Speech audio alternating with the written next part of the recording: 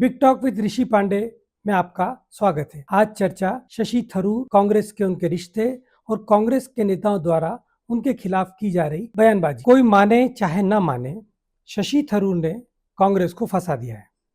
Nation first वाला उनका बयान कांग्रेस के गले में हड्डी की तरह फंस गया है। ऐसा फंसा है जिसे न तो निगल सकती नहीं उगल सकती। मकबूल शायर वसीम बरेलवी साहब का एक मशहूर शेर है, उसी को जीने का हक है जो इस जमाने में इधर का लगता रहे और उधर का हो जाए। कांग्रेस पार्टी और उसके नेता शशि थरूर को लेकर शिद्दत से यह शेर कंठस्थ कर रहे हैं। क्या थरूर ने वाकई में पार्टी लाइन को क्रॉस कर दिया है? केरल के बड़े कांग्रेस नेता मुरलीधरन के बयान से तो कम यही लग रहा है। उनका साफ और स्पष्ट कहना है कि थरूर अब हमारे नहीं हैं। वसीम बरेलवी के शब्दों में इधर के लग तो रहे पर उधर के हो गए। तो क्या यह माना जाए कि कांग्रेस आलाकमान ने भी उनसे किनारा करने का सोच लिया है? मुरलीधरन का कहना था कि जब तक थरूर राष्ट्रीय सुरक्षा को लेकर अपना स्टैंड क्लियर नहीं कर देते, अपना रुख नहीं बदलते, तब तक उन्हें राज्य की राजधानी में किसी भी कार्यक्रम में बुलाया नहीं जाएगा। मुरलीधरन ने कहा कि कांग्रेस कार्य समिति मतलब CWC के भले ही शशि थरूर सदस्य हो,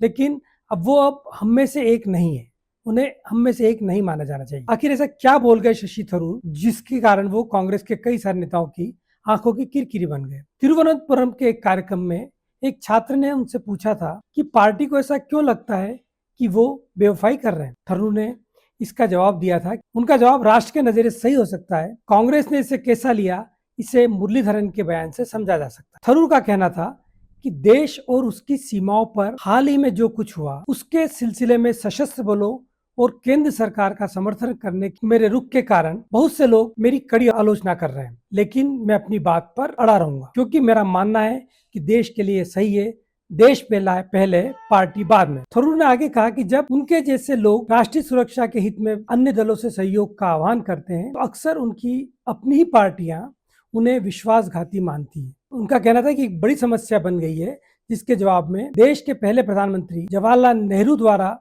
कही गई बात का हवाला देते हुए थरूर ने कहा था कि अगर भारत ही मर जाएगा तो फिर कौन बचेगा, फिर हमारा आपका अस्तित्व का क्या मतलब? थरूर क्यों अखर रहे हैं कांग्रेस को? बड़ा सवाल है। ऑपरेशन सिंदूर के बाद जिस तरह उन्होंने अमेरिका समेत कई बड़े देशों में जाकर भारत का पक्ष रखा, भारत सरकार की कोशिशों को रेखांकित किया और पाकिस्तान की करतूतों की धज्जियां उड़ाई, उससे वे एकदम सुर्खियों में आ गए। थरूर भले ही कांग्रेस के सांसद हों, लेकिन बाहर जाने वाले सर्वदलीय प्रतिनिधिमंडल के लिए उनका नाम कांग्रेस पार्टी ने नहीं दिया था, सरकार ने खुद से उनका नाम आगे बढ़ाया था। शायद यही बात कांग्रेस को अखर गई, क्योंकि बाकी प्रतिनिधिमंडलों में कौन जाएगा यह कांग्रेस पार्टी ने तय किया था। सरकार को लग रहा था कि इस काम के लिए थरूर सर्वथा उपयुक्त व्यक्ति है। वे भले ही मनमोहन सिंह सरकार में मंत्री रहे हों, तिरुवनंतपुरम से सांसद रहे हों, लेकिन उनकी छवि सफल डिप्लोमेट की रही है। विदेश नीति को लेकर उनके फंडे एकदम क्लियर है। संयुक्त राष्ट्र में अपने करीब 30 साल के करियर में उन्होंने एक डिप्लोमेट के रूप में लंबे समय तक काम किया। उनकी विदेश नीति और राष्ट्रवादी छवि उन्हें एक अलग पॉलिटिकल कैटेगरी में रखती है। इससे पहले वे समाचार पत्रों में प्रकाशित अपने एक लेख को लेकर भी कांग्रेस नेताओं के निशाने पर आ चुके हैं। आपातकाल को लेकर उनका जो लेख छपा था जून के प्रथम सप्ताह में, उसमें उन्होंने श्रीमती इंदिरा गांधी की परोक्ष रूप से आलोचना भी की थी। आपातकाल के खिलाफ लिखे हुए लेख के बाद कांग्रेस के कई नेता ये मानने लगे हैं कि शशि थरूर कांग्रेस से एग्जिट के लिए कोई सेफ पैसेज तलाश रहे हैं। मेरा मानना है कि थरूर जैसे नेता कांग्रेस में फिट नहीं बैठते, लेकिन क्या थरूर को